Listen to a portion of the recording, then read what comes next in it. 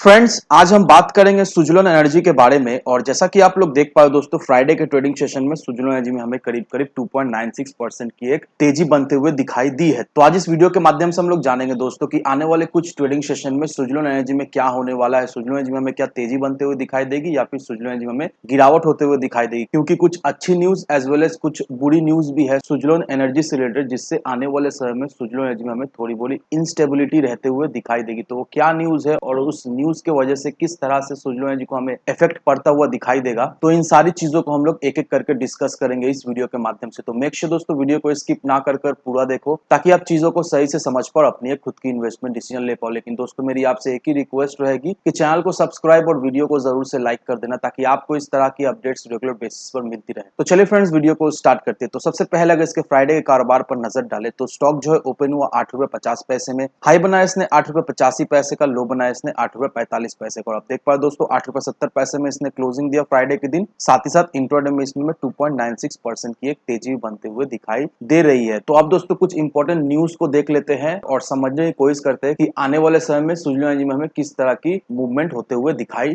दे सकती है। तो सबसे पहले दोस्तों सुजलोन एनर्जी के लिए एक बहुत ही बुरी खबर सामने निकल कर आई है। यहाँ पर जैसा कि आप लोग देख पा रहे दोस्तों, तुलसी तांती जो कि सुजलोन एनर्जी के चेयरमैन थे, वो अब हमारे साथ नहीं है, क्योंकि 1 अक्टूबर के रात को कार्डियक अरेस्ट के वजह से तुलसी ताती अब इस दुनिया में नहीं रहे हैं। अब तुलसी ताती एक बहुत ही बड़े विजनरी रहे हैं और क्लीन एनर्जी के मामले में तुलसी ताती एक बहुत ही रिनाउंड एक्सपर्ट भी रहे हैं। तुलसी ताती ने ही देखा जाए तो इंडिया में एक विंड एनर्जी का रेवोल्यूशन लाया था और 1995 को तुलसी ताती ने अपना एक कंपनी सेटअप किया था जिसका नाम सुजलोन एनर्जी है। अब हम सभी लोगों को अच्छी तरीके से पता है कि सुजलोन एनर्जी अपना राइट इश्यू ला रहा है 12,000 करोड़ रुपीस का। और देखा है तो सुजलोन एनर्जी के लिए ये जो अभी मूवमेंट है, ये बहुत ही इंपॉर्टेंट, ये बहुत ही एक खास मूवमेंट है। और देखा है तुलसी ताती का इस समय रहना बहुत ही इंपॉर्टेंट था, क्योंकि सुजलोन एनर्जी ने ये जो राइट इश्यू का डिसीजन लिया है, इसमें तुलसी ताती का एक बहुत ही अहम भूमिका रहने वाला था। लेकिन अब तुलसी ताती हमारे साथ नहीं है, तो अब देखने की ये बात रहेगी कि आने वाले समय में अगला चेयरमैन कंपनी किसे बनाता है। और साथ ही साथ ये जो राइट इश्यू हो रहा है,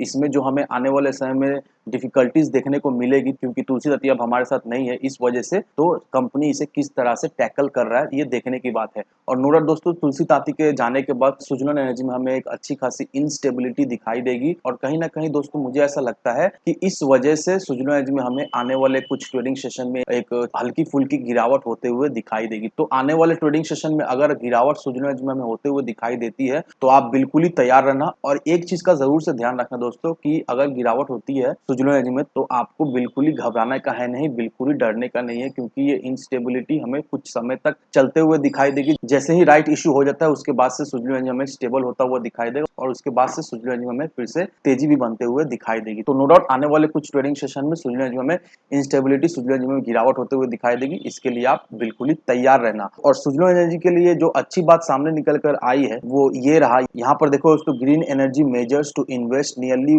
19,000 करोड़ इन उत्तर प्रदेश। अब यहाँ पर उत्तर प्रदेश में प्राइवेट सेक्टर फर्म्स ने 19,000 करोड़ रुपीस का इन्वेस्टमेंट करने के लिए सरकार को प्रपोजल दिया है।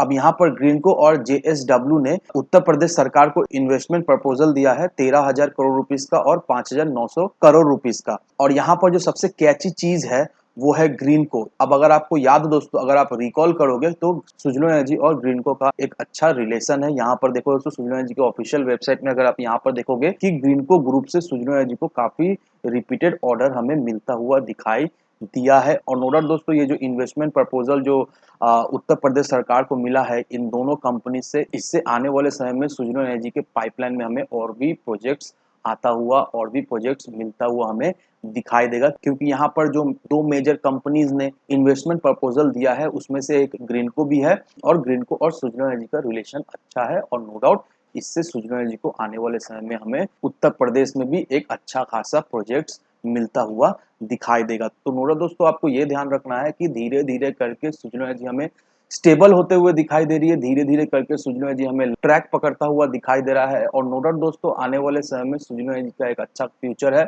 और हम एज अ इन्वेस्टर्स अगर सुजलोन एनर्जी में इन्वेस्ट करके रखते हैं लॉन्ग टर्म के लिए या फिर शॉर्ट टर्म के लिए, तो नो डाउट सुजलोन एनर्जी से हमें एक अच्छा खासा मल्टीबैगर रिटर्न तो मिलेगा ही मिलेगा। तो इन सारे फैक्टर को कंसिडर करो, उसके बाद ही अपना एक इन्वेस्टमेंट डिसीजन लो। लेकिन दोस्तों मेरी आपसे एक ही विनती है कि विदाउट एनी डिटेल रिसर्च के बिना कहीं पर भी इन्वेस्टमेंट ना करें। वीडियो अगर आपको पसंद आए तो लाइक से सब्सक्राइब जरूर करना। तो चलिए फ्रेंड्स, मिलते हैं हम अगले वीडियो में।